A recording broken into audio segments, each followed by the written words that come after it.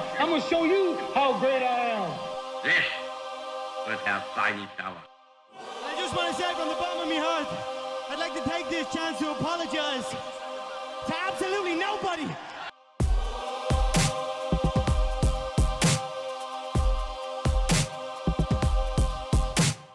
Hello, and welcome to How to Take Over the World. This is Ben Wilson. Today I'm doing an episode on Peter Thiel's book, 0 to 1. I generally don't care much for leadership books. One of the reasons that I started this podcast is that I think that biography is a much better tool, a better motivator, and a better teacher than leadership and self-help books. And if you look through history, you find that the great leaders, whether they are conquerors, entrepreneurs, scientists, or artists, have been motivated by the stories of the greatest who preceded them, not by books of theory. But there are a few exceptions. One of them that I have always appreciated is this book, 0 to 1. Peter Thiel, if you don't know, is a co-founder of PayPal, Palantir, and Founders Fund, and was the first investor in Facebook, among other accomplishments. So he's directly founded companies that are worth a little more than $500 billion. And then if you include companies that he has backed, like Facebook and Anduril, that number rises to something north of $3 trillion. So Peter Thiel has a lot of credibility. This book is autobiographical in a lot of ways. It isn't a work of pure theory. It is a work based on the things that he has lived and experienced. And I read it pretty soon after it came out, 0 to 1, and it has really contributed a lot to the way that I think and contributed a lot to my success, I think. So since it's been of so much value to me, I thought it'd be value to you.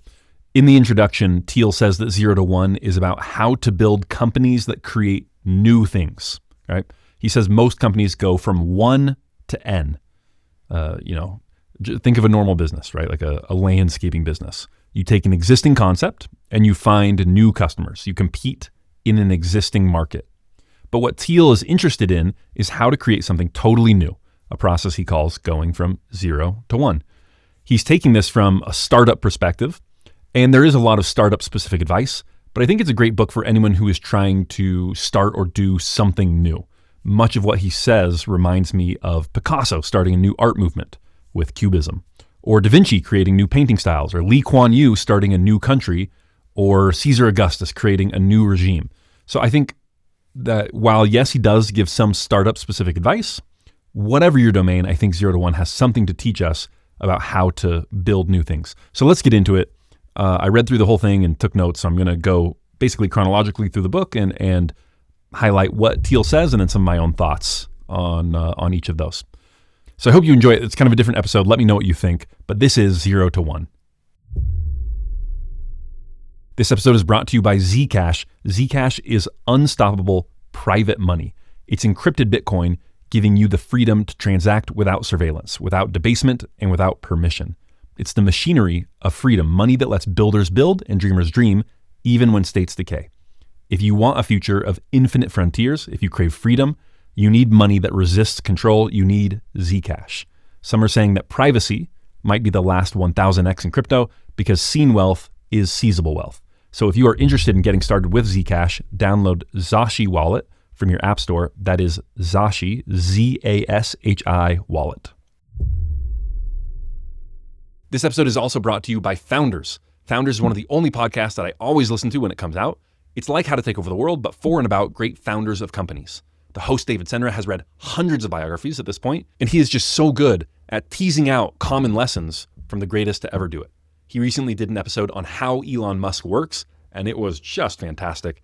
If you are or aspire to be a founder, you have to check him out. So go check it out. That is Founders, wherever you get your podcasts.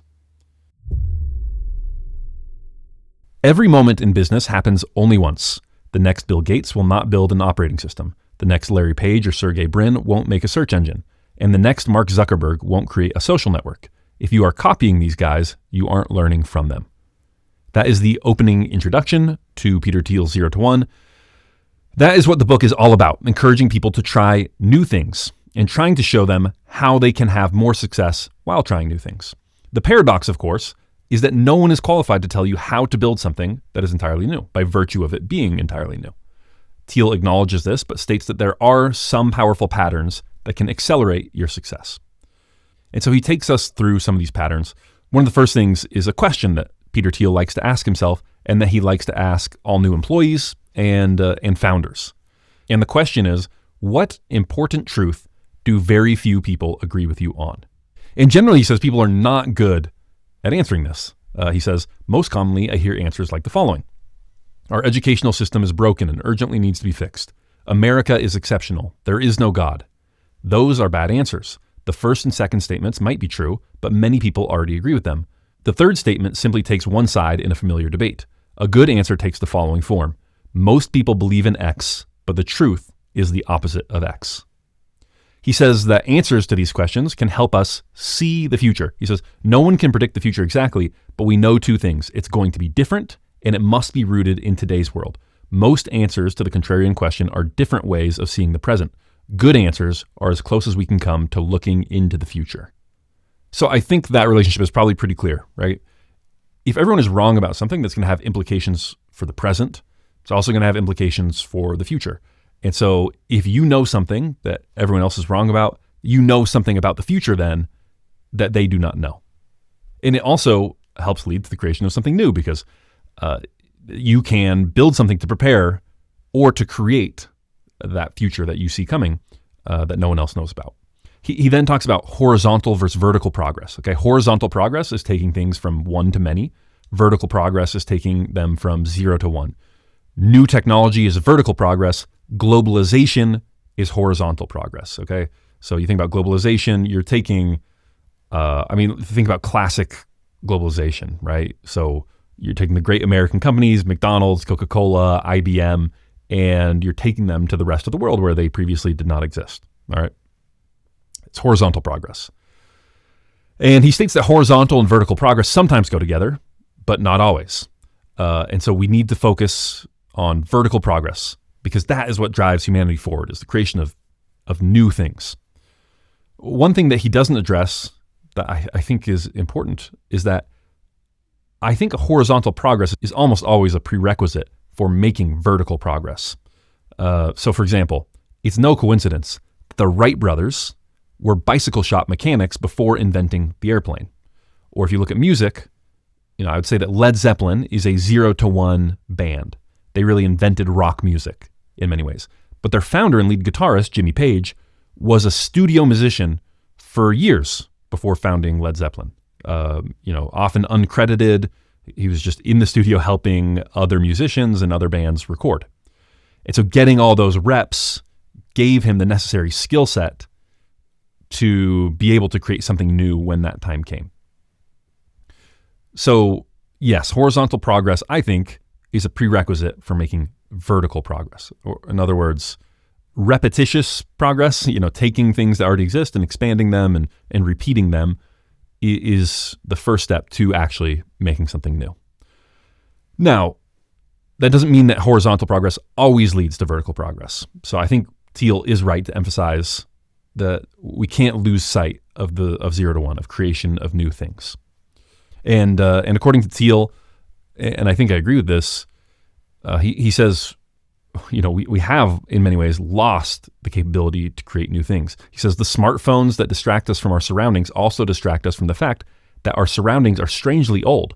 Only computers and communications have improved dramatically since mid-century.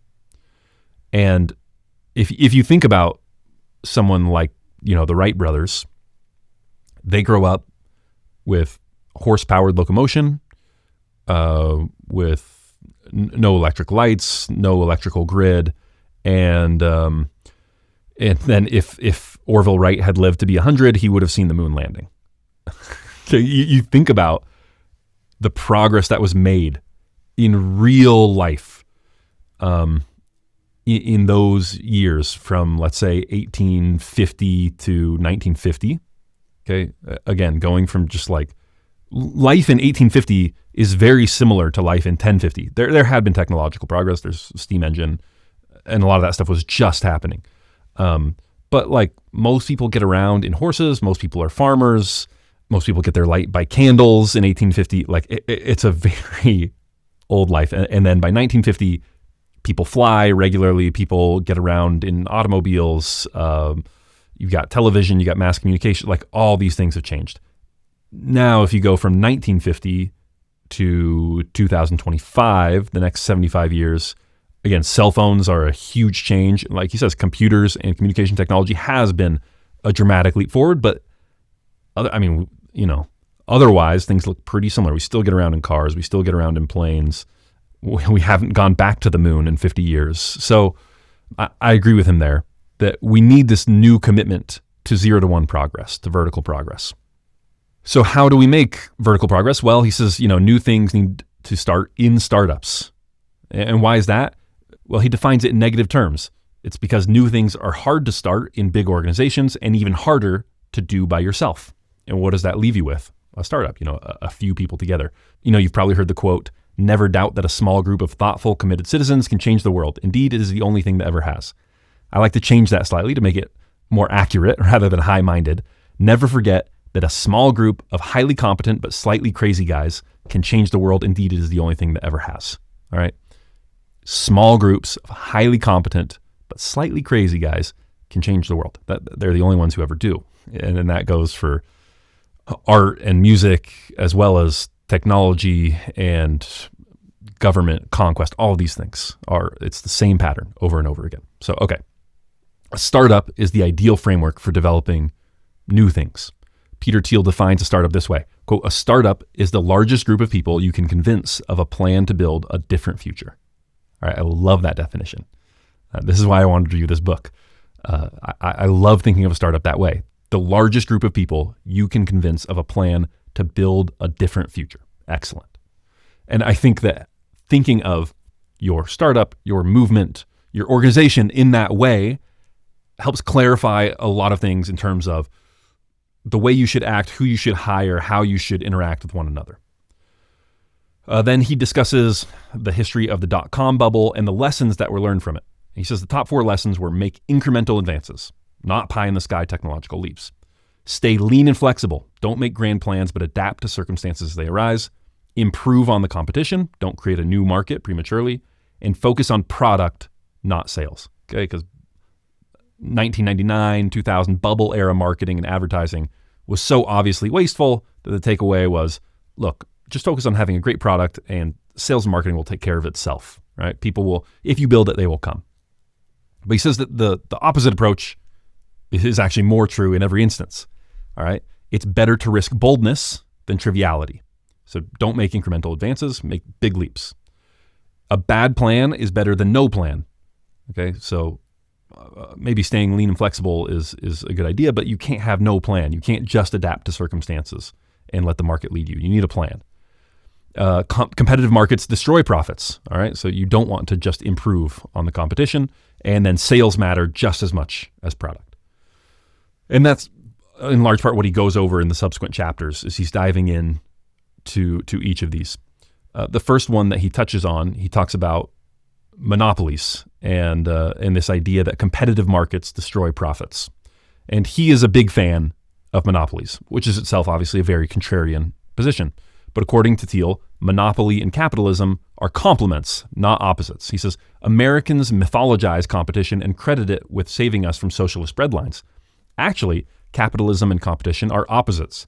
Capitalism is premised on the accumulation of capital. But under perfect competition, all profits get competed away.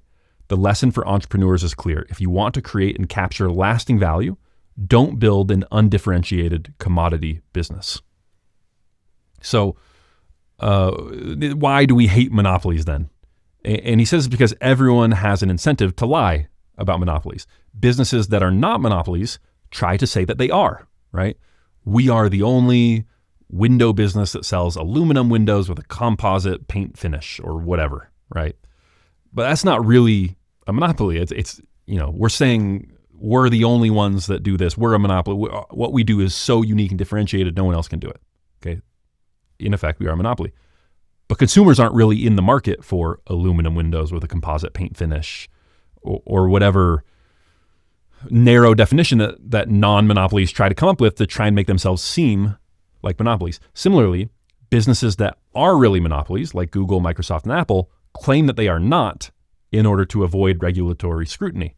So we have this distorted picture of what monopolies are. And And oftentimes when we think of monopolies, we're thinking of monopolies in a static world, right? Where they're bad because there are no checks on them and they can endlessly extract profits at the expense of consumers. But in a world of technological progress, monopolies create profits that are themselves used to create better work conditions, drive research and development for further technological progress, and they create all sorts of other positive externalities. So the lesson for Peter Thiel is be a one of one. Try to create a monopoly. As a business, as a startup, you want to aim for a true monopoly. As a person, you also want to be a one of one. You want to be someone where no one else is quite like you. You want to be a personal monopoly. He expands on this saying, creative monopoly means new products that benefit everybody and sustainable profits for the creator. Competition means no profits for anybody, no meaningful differentiation, and a struggle for survival. In the personal world, this manifests itself in an obsession with competition that drives us into the same old fields, right, of finance, law, medicine, things like that, rather than into truly novel areas where we can leave a mark, improve things, create more value for ourselves and others. Unfortunately, the long-term trend is for the value of labor to drive towards zero, especially in a globalizing world, and especially in a world where AI is emergent. You can look at software development, and software development programmers are still compensated pretty well, especially at the high end, if you're really, really good. But, when I was going to college 15 years ago, that was your meal ticket. If you didn't know what else to do, then, do whatever else is doing. Compete in that marketplace, go become a programmer, and you're going to be able to make at least a few $100,000 a year, and this is the path to a middle income, middle upper class life. And that's just not the case anymore because you have all this programming talent coming from India, where the labor costs are much, much lower, and from other places in Asia. You see some coming from Philippines and Indonesia, but India is really what's driving a lot of this, and AI can take over a lot of this, and so. At starting salaries for developers have been going down and down, and it's no longer the meal ticket that it once was. And I think, the same thing is going to happen in finance. I think it was Goldman just announced that they're going to move all their junior analyst roles. It's probably not all, but a bunch of junior analyst roles to India. And, obviously the same thing is going to happen in India. Like if they are able to develop and join the developed world fully, then, what happens? Indian developers think, I found my meal ticket. This is, I just become a developer, great middle-class income, and then it's going to be Cambodian or Indonesian or, African, who knows where the next place is, but someone else is going to come along, and it's just this drive to the bottom. And then eventually it all gets taken over by AI anyway. So competition is not the path to success that people think it is. Instead, you want to find and create a personal monopoly. Make yourself unique. That creates lasting value. And the same thing is true from a business perspective. You might think, okay, the safe thing is creating a business in an existing market because I know that exists. I know I can make some money. But ultimately, competition drives profits to zero, and you can drive yourself broke with competition. So how do you create a monopoly, right? That's the question. He says there are 4 options, and good monopolies use some combination of them, not necessarily every single one. But here are the ways in which you can create a monopoly. Number 1, proprietary technology. And he says that is technology that is at least 10 times better than the alternatives. Okay? So the first thing is 10x technology. The second is network effects, products that grow more valuable as more people use it. The obvious example is social media, Facebook, Instagram, X, things like that. And that creates a natural monopoly because there's no incentive for the market to fragment. People drive towards a single platform because the more people that are on it, the more valuable it is. The third is economies of scale, businesses where the costs drop as production scales. So it's harder for other people and new entrants to compete. And the fourth is branding, the creation of emotional and cultural monopolies. One of his big insights here, one of those ideas that are so good they become banal, is that it is better to dominate a small niche and become a monopoly within that small niche and then expand than it is to immediately address a big market. So he uses the example of Amazon, and they start out just selling books, right? That used to be all that Amazon was. They develop a monopoly in the online book market. Then they expand to CDs and DVDs. Then they expand product by product until they become an everything store, right? But the fact that they started small with a niche and then became a monopoly in that is what allowed them to expand and do so well. Whereas if they had immediately started off and said, we're an everything store, then they would have been up against bigger entrants who would have fought harder to beat them, and they wouldn't have had any of the success that they ended up having. Another example he uses is that of Facebook. Right? Facebook was originally just for Harvard students, and that's it. Then it just went for other college students, expanded college by college, and then it expanded to all universities in the United States. I can remember, I'm dating myself, I can remember being in high school and feeling left out because I didn't have access to Facebook. And now, of course, it's a global supergiant with more accounts than there are people on Earth, but it started as a niche monopoly for about 7,000 students at one university and then slowly expanded from there. And the same can be true of your personal life, of media. You know, I think of Joe Rogan, right? And what's the Joe Rogan Experience, his podcast? What's that about? It's about everything, right? It's about everything. Like Amazon is an everything store. But what did it start out as? It started off as a podcast for people who liked comedy and mixed martial arts, combat sports. All right. It was very niche. It was for this, and it had very weird advertising. I mean, it was a dude's niche podcast for a certain type of guy. And then from there, you know, it expanded a little bit more into conspiracy theories, and then into politics, and then into history and health and wellness until it becomes an everything store. But it started with a monopoly on a very niche topic. And I've tried to do that as well. There's only one podcast about how to take over the world. and you have to be kind of weird to be interested in that. But, you know, there's always room to expand. You need to start with that small monopoly. And again, as you create monopolies, of course, a monopoly doesn't mean that you literally own 100% of the market. You are going to have competitors, but you don't want to focus on those competitors. You want to focus on capturing your monopoly. And he talks about the word disruption. And he says, you know, I can remember this. It's funny, I hadn't even really registered the word disruption has died as much as it has, but this used to be a buzzword.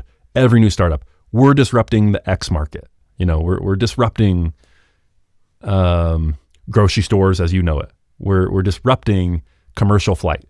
Everyone used to talk about disruption, but Peter Thiel single-handedly kills this word because he says, you don't want to focus on disrupting.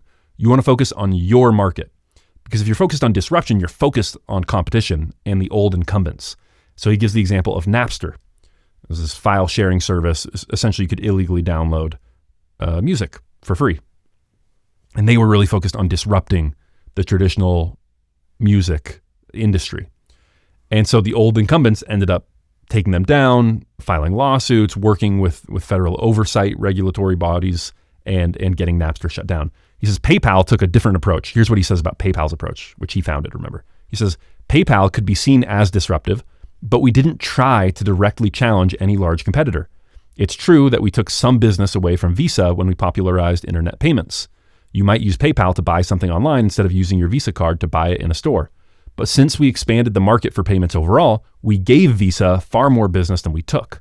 The overall dynamic was net positive, unlike Napster's negative-sum struggle with the U.S. recording industry. As you craft a plan to expand to adjacent markets, don't disrupt, avoid competition as much as possible. In fact, PayPal was so bent on avoiding competition that they ended up merging with their largest competitor, which is called X. It was an online payment company founded by Elon Musk, and they merged and became PayPal. Okay, so avoid competition. Do not focus on disrupting others. Just focus on creating a niche monopoly and expanding it over time. And that's how you're going to find success in your career and for your startup or for your movement or your organization or whatever it is that you're trying to build. The next great framework that he talks about is optimism versus pessimism with definite and indefinite worldviews. All right. So you probably know optimism versus pessimism, like believing things will get better or believing that things will get worse. And then definite versus indefinite worldview means having a coherent, definite worldview of with a theory of change versus not having that. So if you are an indefinite pessimist, you believe that things will get worse, but you're not sure how, right? So you hunker down, you might become a hoarder, you might become a prepper. He gives an example of Europe in the 21st century. All right, let's go on vacation all summer because we think things will get worse. We have it pretty good right now, so let's just enjoy it while we've got it. Definite pessimists believe that the world will get worse, but they at least have a theory for how this will take place and a plan for ameliorating it. He compares this to China in the 21st century. Okay, you can make some real gains with this worldview, but you miss out on the big opportunities because you aren't bold enough to take truly daring 0-to-1 type action. You think, all right, things are going to get worse. Everything is a threat. I need to prepare for that. I need to mitigate any of these threats. But you're not optimistically trying to create anything new. Indefinite optimists believe that things will get better, but they don't really know how. And he relates this to modern finance. Okay, things will get better. The market will continue to go up, but you don't know how. So it's best to just hedge your bets, put your money in an index. So it's best to just hedge your bets. So it's best to just hedge your bets, put your money in an index fund, and just let the natural course of things see themselves through. Like definite pessimists, you can make some progress with this worldview, but it's suboptimal because you're not working towards a truly bold vision. And then there are the definite optimists who believe that things will get better if they make them better, and they have a plan for doing so. The definite optimist undertakes great projects lasting years or decades. He highlights a great quote from the Norwegian explorer Roald Amundsen. Victory awaits him who has everything in order. Luck, people call it. All right? I like that definition of luck. The victory that comes to people who have everything in order. This is why Napoleon said he would rather have generals who are lucky than good. He talks about, so Peter Thiel talks about how students are prepared to have a career of indefinite optimism. Who knows what they're really preparing for or what the future will hold. So it's best to just prepare for everything, right? You go through extracurriculars and you join a sports team and a debate club and a couple like charitable organizations and something with veterans and something poor people, whatever. But like whatever comes, I've shown that I'm like omnicompetent across a variety of domains. But he contrasts this. He says, a definite view, by contrast, favors firm convictions. Instead of pursuing many-sided mediocrity and calling it well-roundedness, a definite person determines the one best thing to do and then does it. Instead of working tirelessly to make himself indistinguishable, he strives to be great at something substantive, to be a monopoly of one. And I believe this. I believe it's better to master something than it is to be a generalist. By the way, though, Peter Thiel has other quotes where he extols the virtues of being a generalist. In a different interview, not in 0-to-1, he says, I think that one kind of perspective for all the world-class entrepreneurs is they're not specialists. They're something close to polymaths. So if you have a conversation with Mark Zuckerberg, he'd be able to speak with surprising amount of understanding about a lot of things. He could speak about the details of the Facebook product. He could talk about the way people think about social media, the psychology, the way the culture is shifting, the management of the company. He has ideas on that and how it fits into the bigger history of technology. Whereas sort of an academic view is you're a narrow expert on one thing, and that's what you do. And it's much more sort of this polymath-like intellect that understands all these things. All right. Okay, so he's got these two opposite perspectives, right? You want to do something substantive, you want to have a definite worldview and work towards an actual objective, but you also want to be a polymath. And I don't actually think that's a contradiction. Zuckerberg is the example he gives, but Zuckerberg wasn't stat padding with club memberships. He was a programmer, a really good programmer. And he rode that success and then used his exceptional intelligence to apply it to all these other domains. The synthesis, I think, of these two ideas is the T-shaped expertise, right? I think this was developed by McKinsey, like way back in the day. They said, this is like the 1950s. We want the T-shaped man, which is you want someone who has very deep expertise on one or two things, and then knows something, enough to be almost dangerous about everything, right? So they're kind of a polymath. They understand all these different areas. They're very well-rounded in that way. But they also do have deep expertise on one or two things, and they can actually accomplish things with those particular skill sets. So you want to reject the idea of luck, reject the idea of an indefinite future, reject the idea of pessimism, and become a definite optimist. Someone who believes that things can and will get better, but that it requires action and that it requires a plan, a belief in something that many people don't believe, and a future that you can create. He shares one of my favorite stories to illustrate the way that America used to be a country full of definite optimists.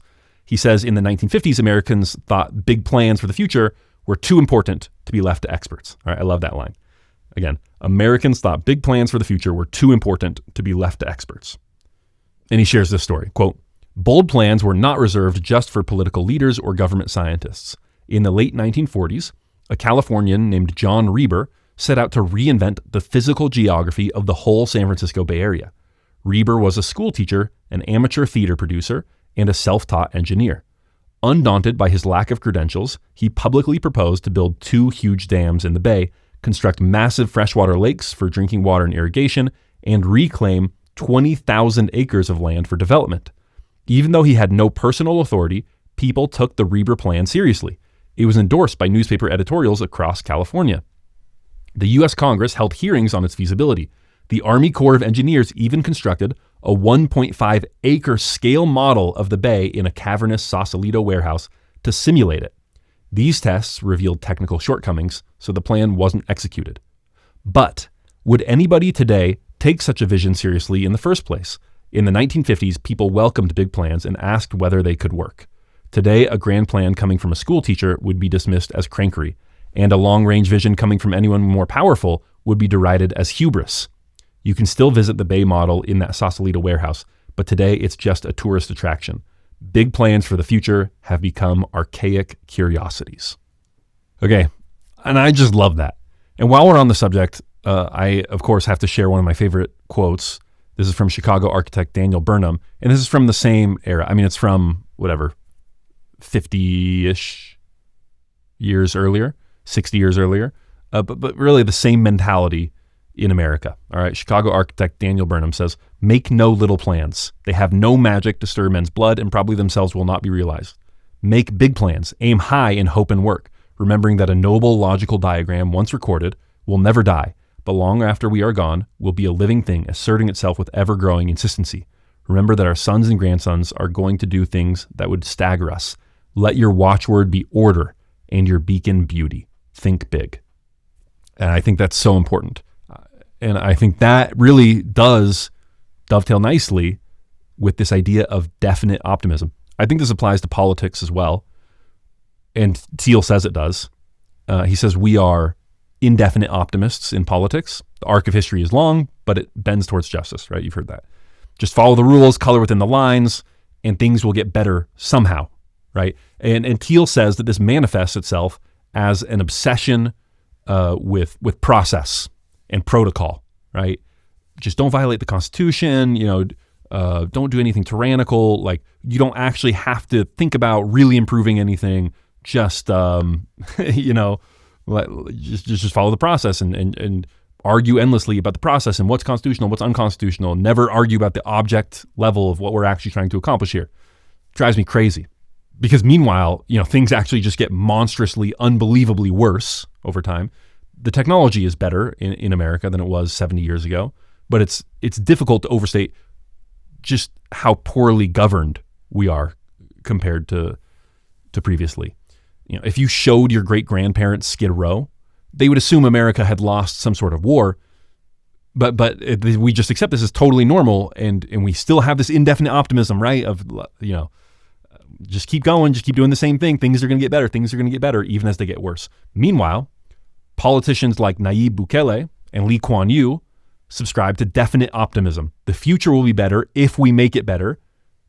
And we have to actually do that. We actually have to address the object level of making things better.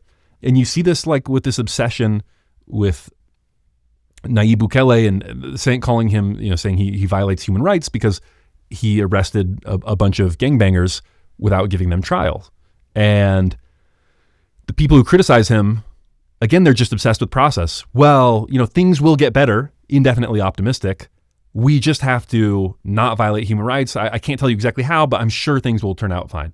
Meanwhile, Nayib Bukele says, no, things will only get better if we make them better, if we arrest the gangbangers and just completely destroy the gangs.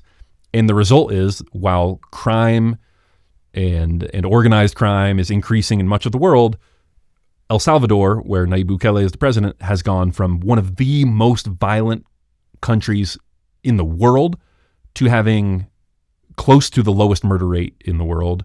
I think Singapore, a couple of Asian countries are a little better, but it's got the lowest murder rate in the Western Hemisphere. All right. Why? Because he's a definite optimist instead of an indefinite optimist. Thiel says, in philosophy, politics, and business too, arguing over process has become a way to endlessly defer making concrete plans for a better future. And once you get that in your brain, you see it everywhere. All right. Arguing over process has become a way to endlessly defer making concrete plans for a better future. We just, as a society, in philosophy, politics, and business, we have to get over this. No more arguing process. We have to make concrete plans for a better future. This reminds me of a ancient historical example of Pompey, right? So Plutarch says about Pompey in Sicily, Pompey is going through the Mediterranean and he's dealing with all these pirates and resettling a bunch of these places. And so Pompey's in Sicily, island of Sicily, and Plutarch says of Pompey, he retook its cities and treated them all benevolently, except for the Mamertines in Messana, who pleaded against his tribunal and jurisdiction on account of an ancient law of the Romans. He said in response, will you not stop mentioning laws to us who are girded with swords? All right, what do you think of that? Stop quoting laws to us. We have swords. But, I think that's a very good example of, why are we talking about process right now? Let's talk about the object level. We're actually settling things right now. Stop quoting laws to me. Of course, there is a place for decorum and process, but when it becomes the main focus, we've totally lost the plot. And in fact, Thiel says that indefinite optimism is actually inherently unstable. How can the future get better if no one plans for it? And indeed, it does appear that our indefinite optimism is rapidly sliding into pessimism, because if no one makes plans for a better future, then the future actually does not, in fact, get better. And then people start to realize that and slide into pessimism. Before we move on, if you love How to Take Over the World, if you have learned a lot from it, and you'd like to learn even more and find more ways to implement it in your life and get better as an executive, a performer, and a leader, then consider joining my coaching cohort. So if you go to takeoverpod.com, you can find more information about coaching consultations that I do with a few listeners. It's basically something I do to help certain people implement the lessons that we discuss here on How to Take Over the World into their own life. Go to takeoverpod.com and click on coaching, and you can find rates and more information about the process and all that there. So if you're interested, please go check it out. All right. The next big thing that Thiel talks about is power laws. All right. Power laws dominate everything. You've probably heard of the Pareto principle. Okay, the 80-20 principle, that roughly 80% of results come from 20% of causes.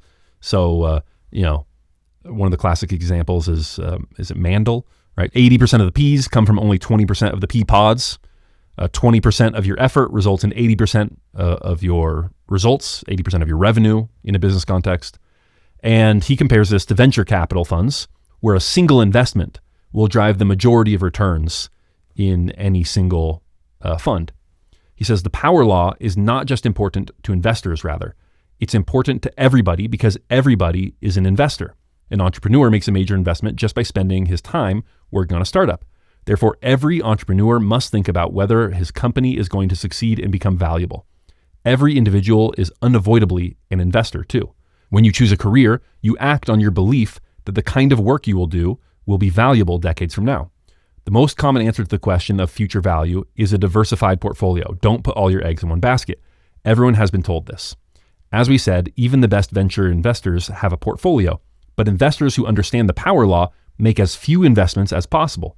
The kind of portfolio thinking embraced by both folk wisdom and financial convention, by contrast, regards diversified betting as a source of strength.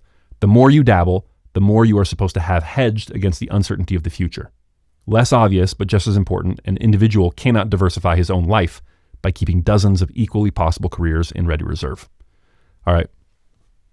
So the idea is you really just want to focus and double and triple down on the things that drive the power loss, those 20% of things that drive 80% of the results. One implication of this, he says, is that you shouldn't necessarily start your own company. This is all about startups, but hey, let's think about this. All right. If 20% of startups are going to drive 80% of the results, that means that you're much better off joining one of those power law startups that's going to drive all the value. And he points out that owning just 0.01% of Google is going to be worth over $50 million today. So you'd have to start an incredibly successful company. You'd have to own 50% plus of a $100 million company to justify not joining something that will generate power law type returns. So in everything, you want to be driven to find the power law. You should be maniacally focused on finding those very few employees who will actually add value to your company, right? 20% of company. I mean, in Peter Thiel's telling of it, 80-20 is like an understatement. There's just going to be a handful of employees who are going to do all of the value creation within your company, all right? So you really want to focus on finding those few people. In marketing, don't think about doing well in lots of different channels.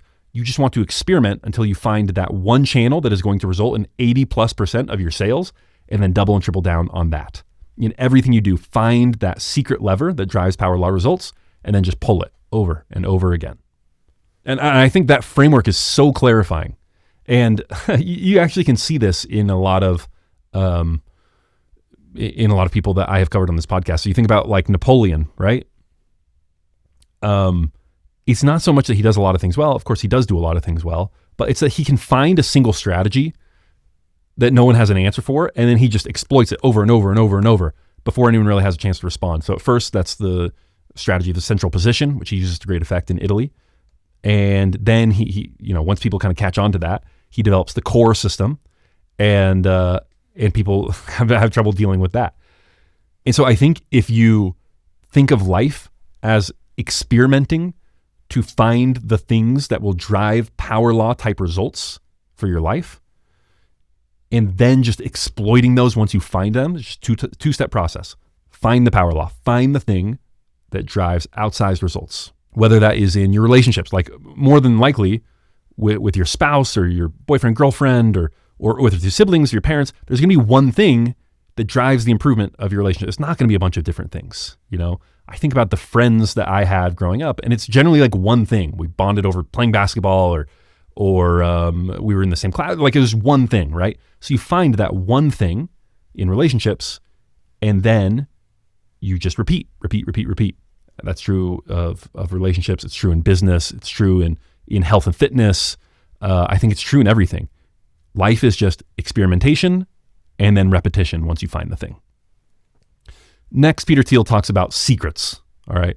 And this idea of secrets leads naturally from the question that he asked at the beginning: what important truth do very few people agree with you on?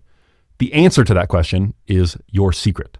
Okay, the world still contains secrets, truths hidden from most people. He says there are two kinds of secrets: nature secrets, which are scientific or technical in nature, and people secrets, which are social or organizational in nature. And for someone who is like obsessed with creating new technology, you might think that he's really more focused on nature secrets, but that's not true at all, actually. He says, that people have a penchant for self-deception. And so people secrets are going to be with us for a long time. And so that's just as legitimate as finding nature's secrets. Today, we have a very consensus-driven society where people don't want to believe in secrets. They want to believe that the standard line is almost always the truth, right? We can trust our institutions, we can trust our experts.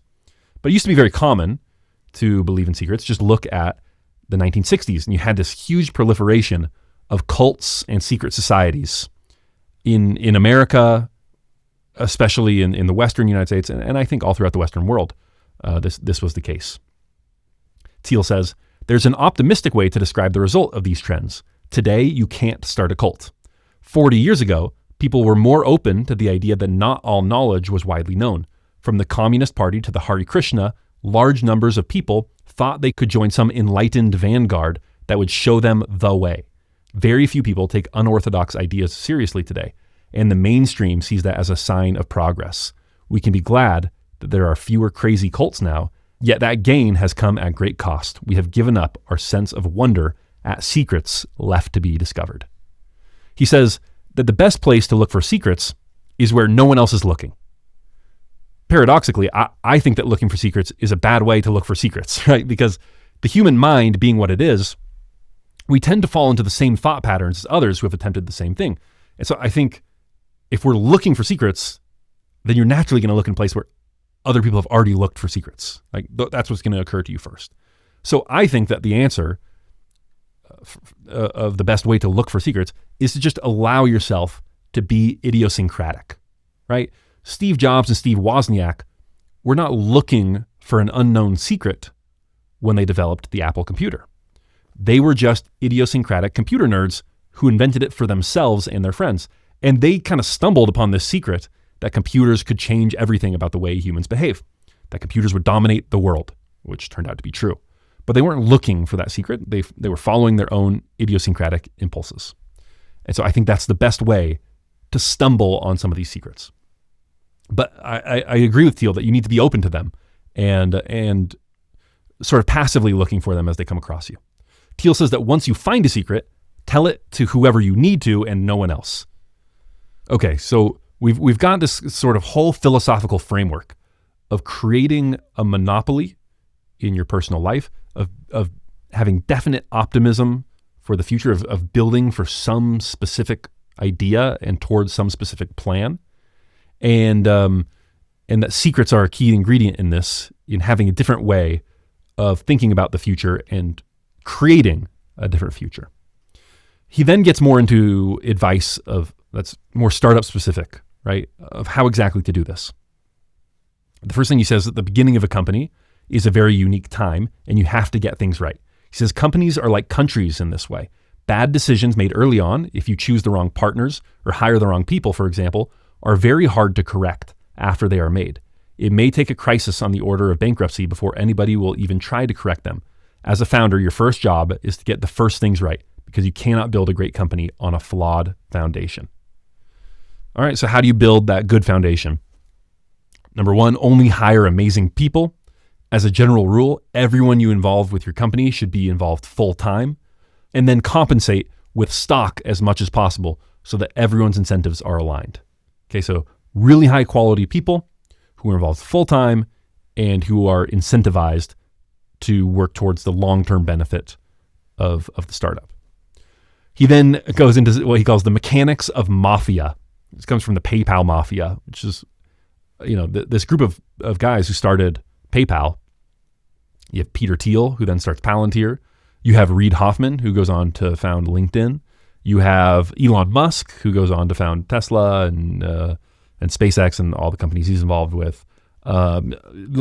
It's this mafia of incredible founders who go on to do all these other incredible things. I know I'm forgetting a couple other really famous ones.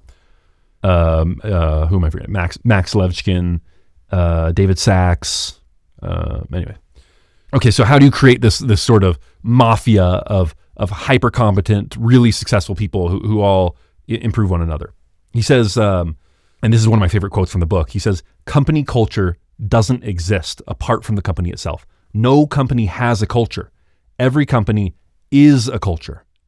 A startup is a team of people on a mission, and a good culture is just what that looks like on the inside. All right, that is such a good insight.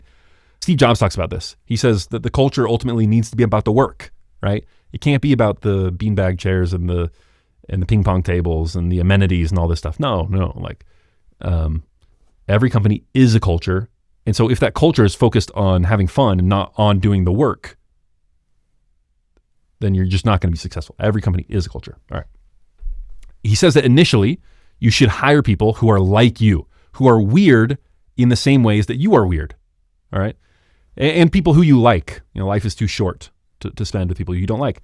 This reminds me of a C.S. Lewis quote that I think is about this exact topic and is very good. C.S. Lewis says, Friendship arises out of mere companionship when two or more of the companions discover that they have in common some insight or interest or even taste which the others do not share and which, till that moment, each believed to be his own unique treasure or burden.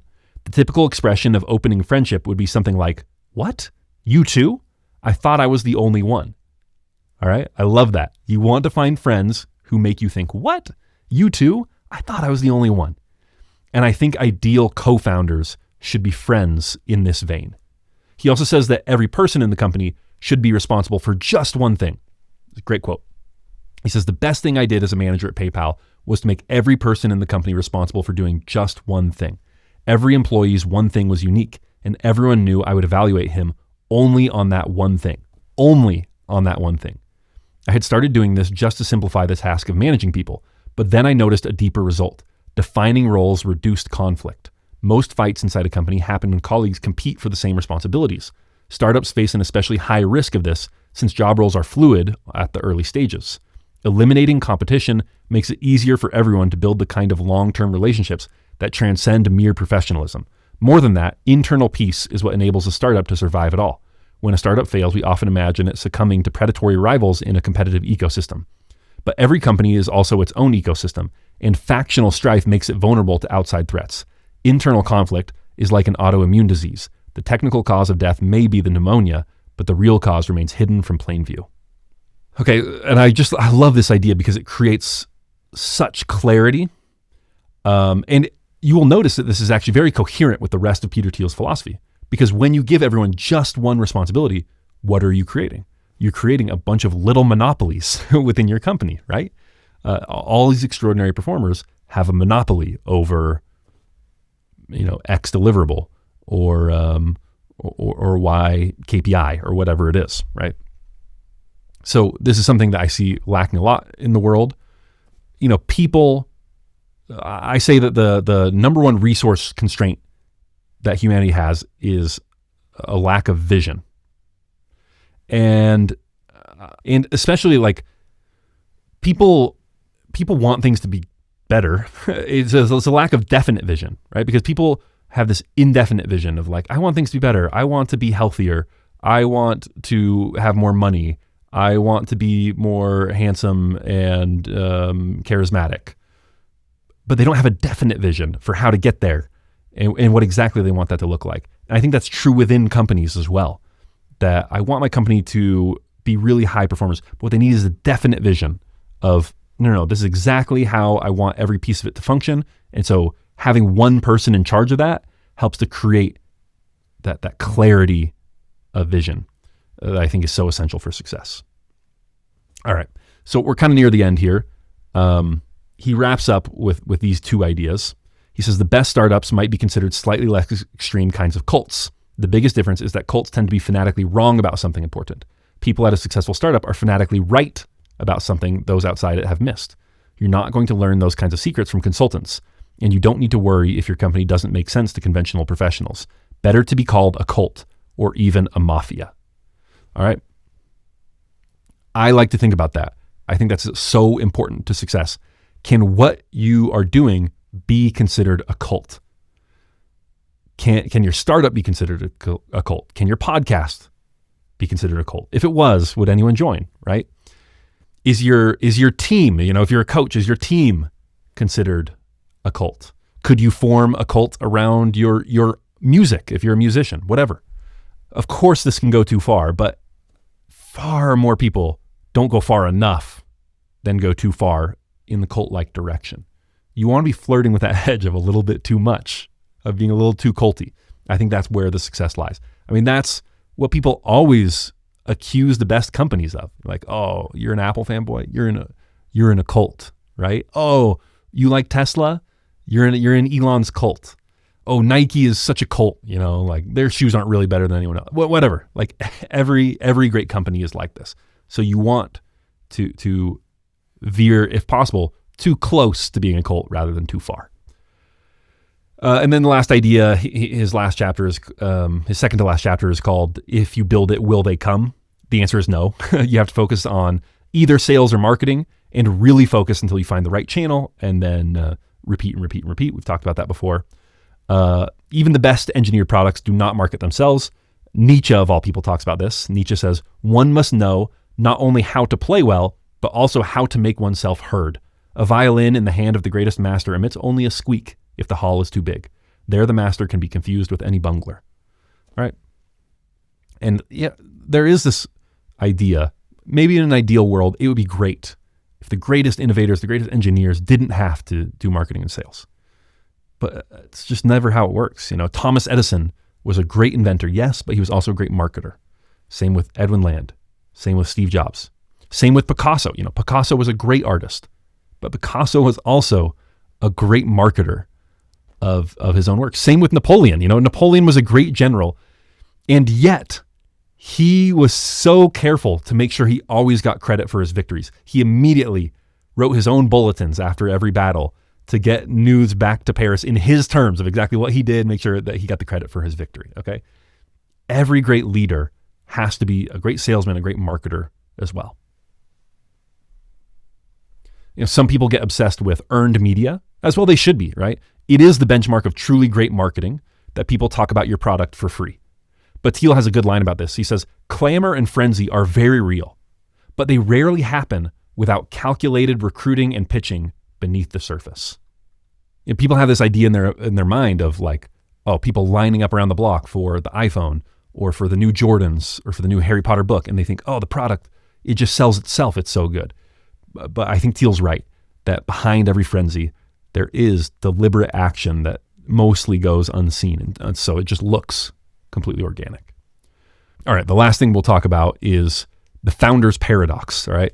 And he talks about what kind of people make great founders. And he shows a normal distribution curve, classic bell curve, right? And he's got good attributes on the right side, bad attributes on the left side, right? So on the right side, you got strong, intelligent, rich, famous, polymath, insider. And then on the left side, you've got weak, disagreeable, outsider, poor, infamous. And he says, quote, since so many founders seem to have extreme traits, you might guess that a plot showing only founders' traits would have fatter tails with more people at either end. But that doesn't capture the strangest thing about founders. Normally, we expect opposite traits to be mutually exclusive. A normal person can't be both rich and poor at the same time, for instance. But it happens all the time to founders. Startup CEOs can be cash poor, but millionaires on paper. They may oscillate between sullen jerkiness and appealing charisma. Almost all successful entrepreneurs are simultaneously insiders and outsiders. And when they do succeed, they attract both fame and infamy. When you plot them out, founders' traits appear to follow an inverse normal distribution. All right, so if you think about a reverse normal distribution, it's the opposite of a bell curve. It'll look like a V, right, with high distributions on the far left and on the far right. And I think he's so right about that. Founders like Steve Jobs, Edwin Land, Thomas Edison, they all vacillated between very rich and then they go broke and get very rich again, And, great conquerors like Caesar and Napoleon, they're on top of the world, then they're near death, they're completely bungling this opportunity, and then they're on top of the world again. I have brought this up before, how the greatest of all time tend to be insider-outsiders. And I thought I had just come up with that, but I guess I must have had it rattling around in my brain because I had already read 0 to 1 before I started this podcast. So I guess, sorry, Peter Thiel, I didn't mean to steal your idea, but that is another trait found amongst all these great people. They are both insiders and outsiders in some way. Julius Caesar is from one of the great families of Rome, but the family has recently been impoverished, and so he grows up in this kind of slummy neighborhood.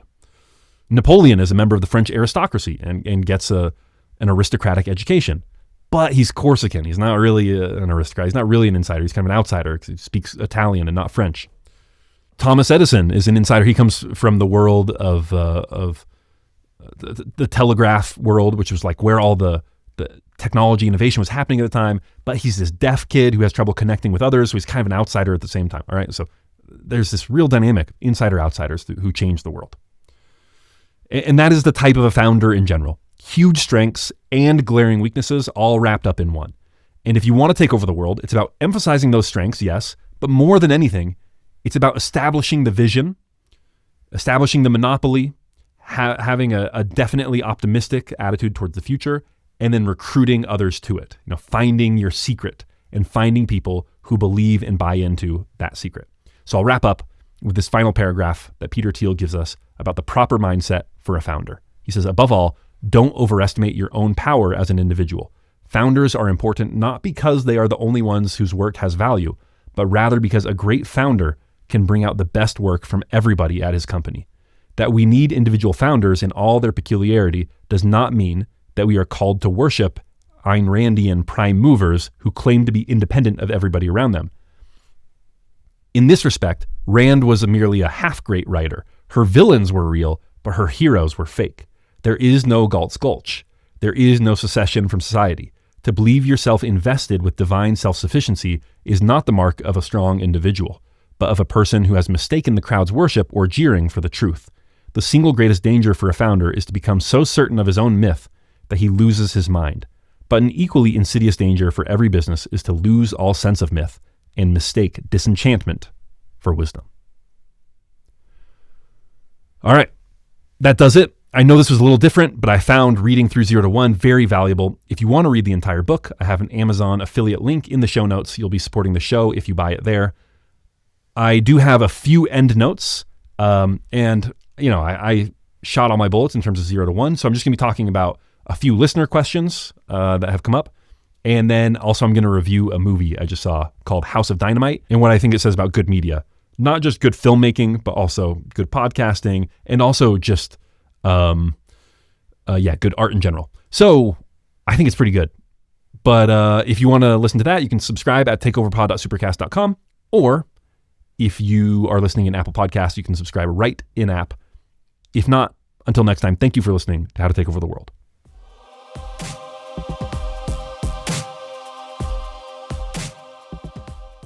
As I did the research for this episode, I used what else? Speechify. I just threw an ebook version of 0 to 1 into Speechify, and then I took my notes and I highlighted as I went, and that's what I've been reading through as I have been recording this episode. I think Speechify is the best. It turns anything into a podcast, and when I read and listen at the same time, I get through material much faster, yes, but I also retain a lot more. So for anyone who is serious about learning, I think Speechify is a really great tool. So check it out at speechify.com and use code BEN for 15% off Speechify Premium.